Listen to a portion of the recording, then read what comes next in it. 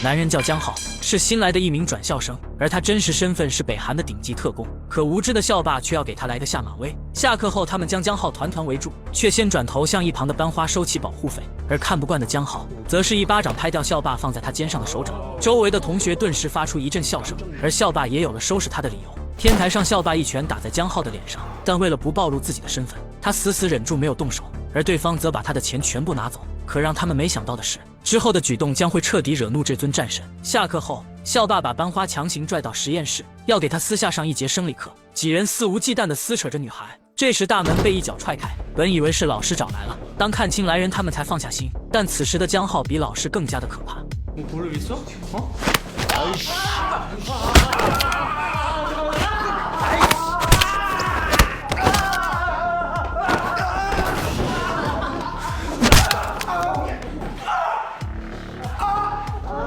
江浩出手避无活口，而这些都是小儿科。他在学校的真正目的是为了解决一个代号八面佛的特工，此人已经叛国，并且杀害了在南韩卧底的好几组特工。而江浩来此完成任务也是被逼无奈。北韩高层看好了他的身手，从而挟持他的妹妹，让江浩为其所用。可让他没想到的是，自己未来也终将落得叛逃的下场。随后他来到街头的蛋糕店，对服务员说了句九头蛇万岁，对方便给他拿了一份蛋糕，并警告他吃的时候一定要用手抓。回到家，江浩也是谨遵叮嘱，直接用手掏出了里面的手枪，接着又将300发子弹全部上膛。根据上级给出的线索，他骑着电驴来到目标同伙的住处，随后按响了门铃。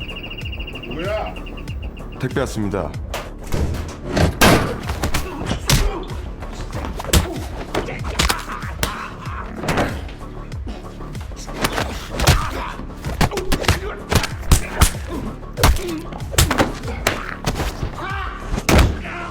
眼看对方被打成猪头都不肯说，江浩直接一颗子弹打在了他的老韩腿上，这下对方立马招了。在菜市场有一个杀猪的叫镇关西，他曾经跟八面佛有过交集，而对方也比较懂事，没等江浩动手就主动交出了八面佛的车牌号。经过4726天的排查，他终于找到了八面佛的踪迹。两人一前一后行驶在成华大道上，终于在一处红绿灯，两人四目相对，八面佛顿感不妙，就在江浩拔枪的瞬间，他便提前加大油门冲了出去，可还是被一枪打爆了轮胎，车辆失控撞在了一旁的路障上。江浩上前本能一枪将其击杀，但周围群众太多，害怕暴露的他只能另寻机会。可这一操作也惹恼了八面佛，他当晚就来到了江浩的家中，两人再次四目相对，大眼瞪小眼。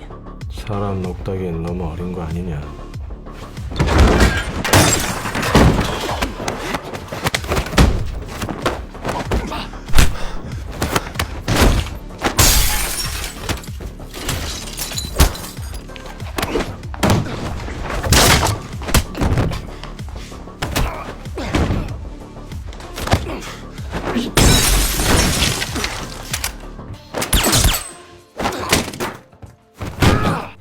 最终在打了半年后，还是江浩年轻更胜一筹，反手扯下电缆，活生生的将八面佛勒死。为了销毁这里的证据，江浩将刀放进微波炉里加热，又剪断燃气管道。随着一声爆炸后的漫天大火，所有证据都化成了灰烬。只是他没想到自己卖力的干活，却早已被组织上抛弃。北韩此时已经完成了皇权交替，内斗已经彻底结束，而这些不能见光的特工组织便成为了此时北韩的心腹大患。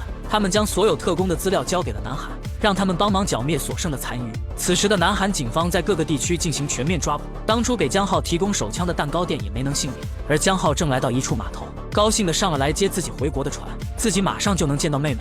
他已然放松了警惕，却没想到身后的船夫反手将刀捅进了他的胸口。왜 이러세요?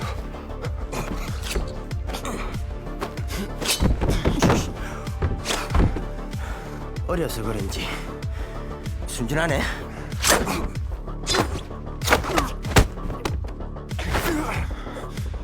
누가 보냈어?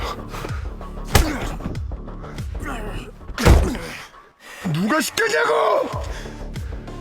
북으로 돌아간 기술자는 없다. 그렇다고 네가 여기서는 살 수 있을 것 같아?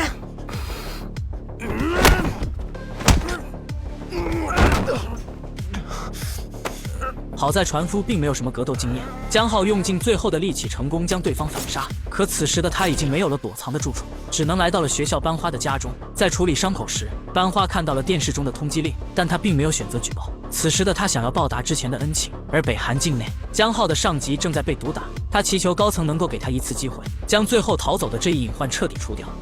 그 아이와 접촉할 수 있는 유일한 방법. 내가 죽고 있지 않겠어. 대차게 재미있구만 기래. 이 말만 명심하라. 동물에 뭘 하든 어디로 가든 우리는 지옥구까지 쫓아간다는 거. 그리고 우리 조직원들을 박살낸 그 종갓나 새끼를 모가지도 따개주고 오라고.随后，男人将江浩的妹妹带到了南韩，并且跟江浩在一处停车场碰面。看着被绑在车上的妹妹，江浩的内心五味杂陈。他拿出手里的钻石，可上级老六安排的枪手已经出现在了身后。一声枪响，枪手却率先倒地。原来当地警方早已锁定了他们，而司机见情况不妙，直接开车逃走。江浩看着妹妹被带走，急忙甩开上司追了上去。他一路拼命的追，却发现车辆已经被当地警方拦下。他这才放心的离去。落在警方手里，妹妹反而安全。自己如果被抓，那将逃不过法律的审判。但不死心的上司又绑架了班花，并约江浩到一所厂房继续交易。但在去之前，江浩拨通了警局的电话，他告诉妹妹自己一定会去接她回家，并把自己要跟上级见面的位置也告诉了对方。当晚，他来到了约定好的仓库，看到活着的班花，他便放下心来。为了能够在这里活下来，他可是做了很多准备。 이깟 돌덩어리 내가 안 줄 줄 알았어요? 넌 여전히 하구만 기래. 어른이 되려면 아직 멀어서. 나한테 이러면 안 되죠. 시키는 대로 다 했잖아요. 난 널 공화국의 영웅으로 만들고 싶었다. 당신 날 살인마로 만들었어.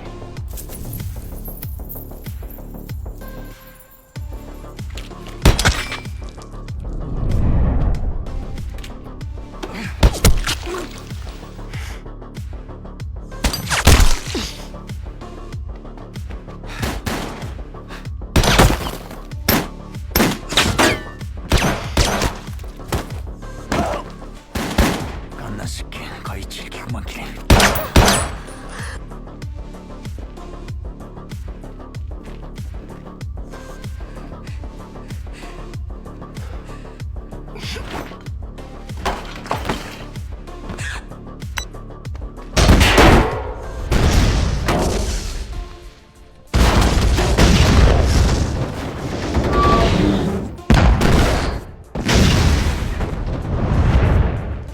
爆炸让警方快速锁定了这里，而班花也趁机跑了出来。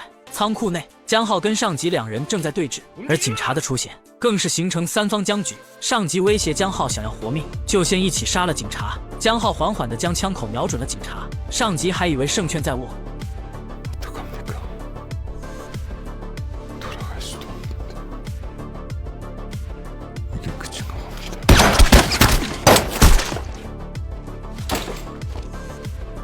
영훈아! 江浩被带回警局见妹妹，可身受重伤的他，终究还是没有撑住与妹妹团聚，永远闭上了眼睛。